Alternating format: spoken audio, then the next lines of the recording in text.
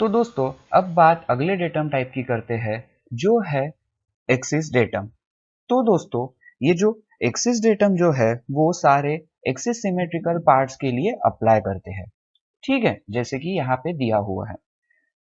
अब दोस्तों तो एक एक्सिस डेटम का एग्जाम्पल है ये वाला, जहाँ पे हम एक्सिस को डेटम लेंगे।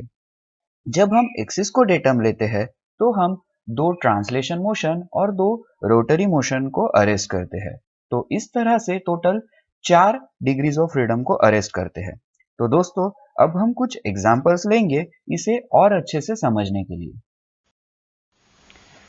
तो दोस्तों यहाँ पर कुछ एग्जांपल्स दिए हैं जिसमें हमने एक्सिस सिमेट्रिक पार्ट्स को डेटम लिया है, यानी उसके एक्सिस को डेटम्स लिया है। जैसे इस एग्जांपल में ये एक शाफ्ट एक एक्सटर्नल फीचर है, तो इसे हम इसके एक्सिस को हमने डेटम लिया है।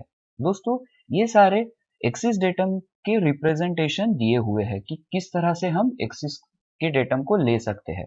जैसे अब इस पार्ट में इस होल को जो एक इंटरनल फीचर है उसे अगर हमें डेटम लेना है तो ये एक टाइप है, और जैसे ये भी एक इंटरनल फीचर है, होल है, जिसके एक्सिस को हमें डेटम लेना है, तो ये उसके टाइप्स है। तो दोस्तों इस तरह से ये डेटम्स रिप्रेजेंटेशन पता होना ये काफी जरूरी है। तो दोस्तों यहाँ पे ये एक एग्जाम्पल है जिसमें हमने इस स्मॉलर सिलेंडर को डेटम लिया है, यानी इसके एक्सिस को डेटम कंसीडर किया है। तो इसका डेटम फीचर सिम्युलेटर जो होगा वो एक कोलेट होगा कुछ इस तरह से, जो कि इस स्मॉल डायमीटर को होल्ड करेगा ताकि हमें एक्सिस डेटम मिल सके।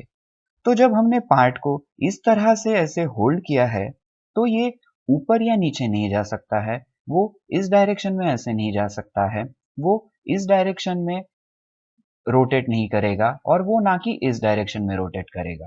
तो दोस्तों यहाँ सिर्फ दो मोशंस पॉसिबल है। एक तो ये ऐसे टू एंड फ्रो मोशन कर सकता है, ट्रांसलेशन मोशन, और वो इस एक्सिस में रोटेट कर सकता है।